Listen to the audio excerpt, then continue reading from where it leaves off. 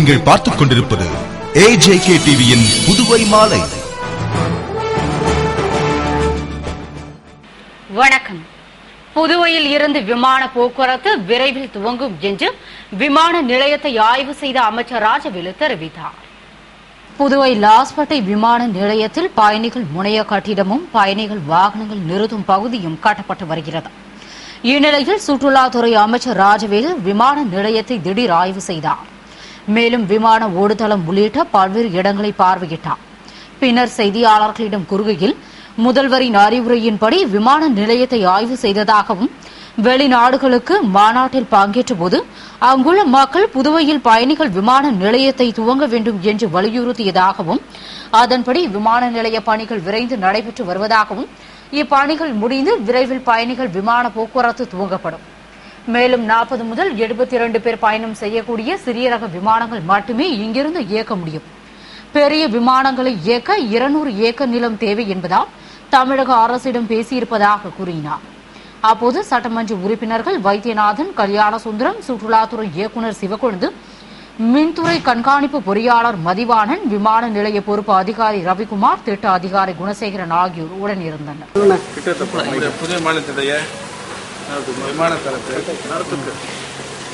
நம்முடைய airport authority அவர்கள் மத்திய அரசாங்கத்துடைய ஆலோசனை அடிப்படையில் அவருடைய பணி முறையாக நடைபெற்றிருக்கிறதா என்பது பற்றி சென்ற மாதம் நம்முடைய மாண்புமிகு முதலமைச்சர் அவர்கள் பார்வையிட்டார்கள். பார்வையிட்டதன் அடிப்படையில் நம்முடைய விமான தளத்தில் சில பணிகளை செய்து முடிக்க வேண்டும் என்று சில ஆலோசனை கொடுத்திருந்தார்கள். அதன் அடிப்படையில் இது நடைபெற்று முடிவும் தருவாயில் இருக்கின்றது. இது நம்முடைய சுற்றுலாத்துறை என்ற முறையில் பல மாநிலங்களிலிருந்து பல நாடுகளிலிருந்து நம்முடைய மாநிலத்துக்கு வருவதற்கு ஆர்வமாக இருக்கிறார்கள் என்பது 3 மாதம் முன்பாக நம்முடைய தலைநகரமாக இருக்கின்ற டெல்லியில் ஒரு கான்ஃபரன்ஸ் நடைபெற்றது. அதேபோன்று கோவா மாநிலத்தில் ஒரு கான்ஃபரன்ஸ் நடைபெற்றது. லண்டன், மலேசியா, சிங்கப்பூர் ஆகிய கான்ஃபரன்ஸ் நடைபெற்ற இடத்தில் பல சுற்றுலா பயணிகளும் டிராவலர்ஸ் அண்ட் நிறுவனர்களும் கேட்டுக்கொண்டிருக்க இந்த மாதம் இறுதிக்குள்ளாகவே நம்முடைய மாநிலத்தில் விமான போக்கு நடைபெறும் என்பதை நான் சொல்லியிருந்தேன்.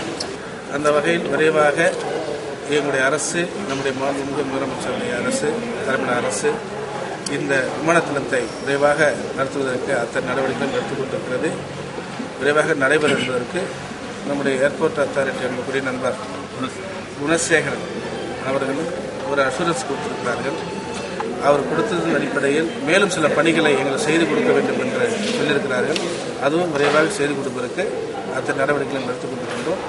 முடிந்தவுடனே நம்முடைய மற்ற மாநிலங்களிலிருந்து கேட்டது போன்று அந்த மற்ற நாடுகளில் இருந்து கேட்டது போன்று விரைவாக செய்து விரைவாக விமானத்தை இயக்குவோம் என்பது நம்பிக்கையோடு சொல்ல கடமைப்பட்டது.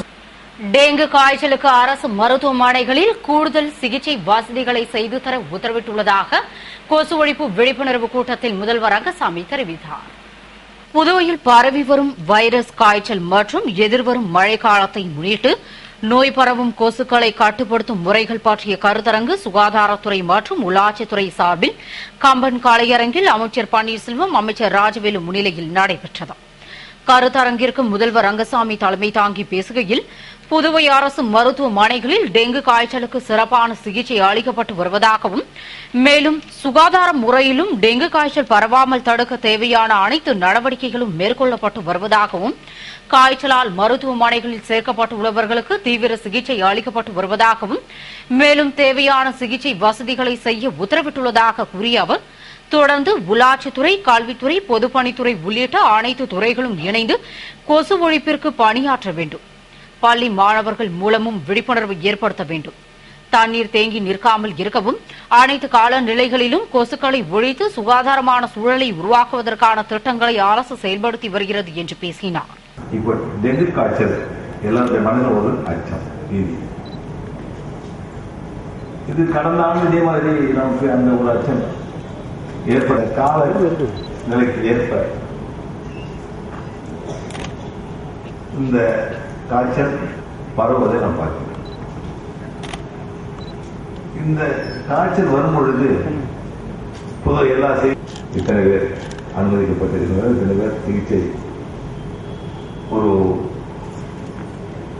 தீவிர சிகிச்சையில் இருக்கின்றார்கள். அப்படின்ற மாதிரி ஒரு விஷயத்தெல்லாம் வரதை பார்க்கணும். அப்படி வரும்பொழுது எல்லோருக்கும் ஒரு பயம். இந்த பொதுவாகவே நம்முடைய அரசானது மருத்துவ சிகிச்சை அளிப்பதில் மிகுந்த கவனம் செலுத்தி புதுச்சேரியில் சிறந்த முறையில் அரசு மருத்துவமனை மற்றும் தனியார் மருத்துவமனை மூலமாக நோய் பரவாமல் தடுப்பதற்குரிய நடவடிக்கை இருக்கிறது. கடந்த முறை இதைதான் சொன்னோம். அப்போ எல்லா வீட்லையும் தண்ணி பார்த்தீங்கன்னா பாத்திரம் தண்ணி இல்லாத காய வச்சுருவாங்க, சாட்சி தண்ணிலாம் பார்த்துருவாங்க. அதே மாதிரி பக்கத்தில் இந்த தேங்காய் மட்டை ஓடுறது சின்ன சின்ன டப்பா இதெல்லாம் வந்து தண்ணி தேங்காய் அளவுக்கு பார்த்துருவாங்க. அப்புறம் அப்படி விட்டுற போய் நாள் வரைக்கும் விட்டுருப்போம். அப்படி விடும் பொழுது இப்போ அந்த கொசு அந்த தண்ணீர் சுத்தமான தண்ணி இந்த தண்ணீர் வருகின்றாங்க. அதன் மூலமா அந்த கொசு கடிப்பாக அதுதான் நம்ம வருகிறது. நம்முடைய அரசு மருத்துவமனை, மருத்துவக் கல்லூரி இதெல்லாம் வந்த உடனேயே இந்த காய்ச்சல் தானா அப்படின்னு நம்முடைய மக்களுக்கு தெளிவுபடுத்தணும், நோயாளிகளுக்கு தெளிவு. காய்ச்சல் அப்படி வரும்பொழுது ஜுரம் அப்படின்னு வரும்பொழுது இது எந்த வகையான ஜுரம்ன்றதை நீங்க முதல்ல தெளிவுபடுத்தணும். ஏன்னா இது என்ன செய்தியெல்லாம் வந்துட்டே இருக்குது. அப்ப என்ன அப்படின்னு ஜுரம் வந்தாலே இது ஒரு பய உணர்வு தான் நமக்கு உடம்பு இன்னும் கொஞ்சம் மோசமாயிடும். அந்த பயமே வராத இருக்கு. நோயாளிகள் வந்தவுடன் காய்ச்சல் சொல்லி வந்தவுடன் உடனடியாக அவர்களுக்கு அந்த சோதனை செய்து பரிசோதனை எந்த வகையான காய்ச்சல் என்பதை உடனடியாக அவர்களுக்கு தெரிவிக்க வேண்டும். இதுதான் மிக முக்கியமானது. அது எந்த வித அலட்சியம் என்பது இருக்கக்கூடாது. காய்ச்சல் தான் அப்படின்னு தெளிவுபடுத்திவிட வேண்டும். பிறகு சரியான சிகிச்சை அவர்களுக்கு அளிக்க வேண்டும். அதற்குரிய நடவடிக்கை தான் நம்முடைய அரசாங்கம் எடுத்துள்ளது. இதில் வந்து சுகாதாரத்துறை மட்டுமல்ல, எல்லா துறைக்கும் இணைந்து செயல்பட வேண்டும் என்பது நம்முடைய எண்ணம். உள்ளாட்சித்துறை, கல்வித்துறை, பொதுப்பணித்துறை, இப்படி அத்தனை துறைகளும் இணைந்து செயல்பட வேண்டும். நம்முடைய பள்ளி மாணவர் மூலமாக அந்த விழிப்புணர்வை உண்டாக்க வேண்டும். நிகழ்ச்சியில் சுகாதாரத்துறை செயலர் ராகேஷ் சந்திரா, உள்ளாட்சித்துறை செயலர் ஸ்ரீகாந்த், சுகாதாரத்துறை இயக்குநர் ராமன், கொசு ஒழிப்பு ஆராய்ச்சி நிறுவன துணை இயக்குநர் குணசேகரன், அனைத்து உள்ளாட்சி அமைப்புகளின் ஆணையர்கள், சுகாதாரத்துறை அதிகாரிகள், உள்ளாட்சி பொறியாளர்கள் மற்றும் மகளிர் சுய உதவி குழுவினர் பங்கேற்றனர். உள்ளாட்சி தேர்தலில் காங்கிரசின் வலிமை தெரியவரும் என்று காங்கிரஸ் அலுவலகத்தில் நடைபெற்ற சேர்க்கைக்கான விண்ணப்பங்கள் வழங்கும் விழாவில் மாநிலங்களவை உறுப்பினர் கண்ணன் கூறினார். புதுவை மாநில காங்கிரஸ் அலுவலகத்தில் உறுப்பினர் சேர்க்கைக்கான விண்ணப்ப படிவம் வழங்கும் நிகழ்ச்சி மாநில தலைவர் ஏவி சுப்பிரமணியன் தலைமையில் நடைபெற்றது. நிகழ்ச்சியில் மாநிலங்களவை உறுப்பினர் கண்ணன் கொம்யூன் தொகுதி வார்டு நிர்வாகிகளிடம் விண்ணப்ப படிவங்களை வழங்கி பேசுகையில், உறுப்பினர் சேர்க்கை பணியில் நிர்வாகிகள், தொண்டர்கள் தீவிரம் காட்ட வேண்டும். உள்ளாட்சி தேர்தல் விரைவில் நடக்க உள்ளதால் அனைவரும் ஒற்றுமையுடன் தேர்தலை சந்திக்க வேண்டும். பத்திரிகைக்கு முதல்வர் ரங்கசாமி அளித்த பேட்டியை மத்திய அரசின் கவனத்திற்கு கொண்டு சென்றால் மத்திய உள்துறை கண்டிக்கும் என்றும், சட்டம் ஒழுங்கு பிரச்சினை தலை தூக்கி வரும் நிலையில் ரவுடிகளுக்குள் கொலைகள் நடப்பதாகவும் பாதுகாப்பாக இருப்பதாகவும் கூறியுள்ளார். மேலும் புதுவையில் நடப்பது மக்கள் ஆட்சியா, ரவுடிகள் ஆட்சியா என கேள்வி எழுப்பிய அவர், உள்ளாட்சி தேர்தலில் காங்கிரசின் வலிமை தெரியும் என்று கூறினார். நிகழ்ச்சியில் எதிர்க்கட்சித் தலைவர் வைத்திலிங்கம், முன்னாள் சட்டமன்ற உறுப்பினர்கள் உள்ளிட்ட நிர்வாகிகள் பலர் கலந்து கொண்டனர்.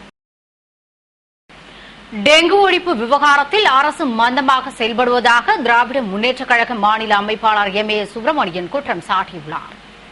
இது தொடர்பாக திராவிட முன்னேற்றக் கழக மாநில அமைப்பாளர் எம். ஏ. சுப்பிரமணியன் கூறுகையில், புதுவையில் டெங்கு காய்ச்சல் நோயின் தாக்கம் அதிகமாகி 300க்கும் மேற்பட்டோர் அரசு மற்றும் தனியார் மருத்துவமனைகளில் சேர்க்கப்பட்டுள்ளனர்.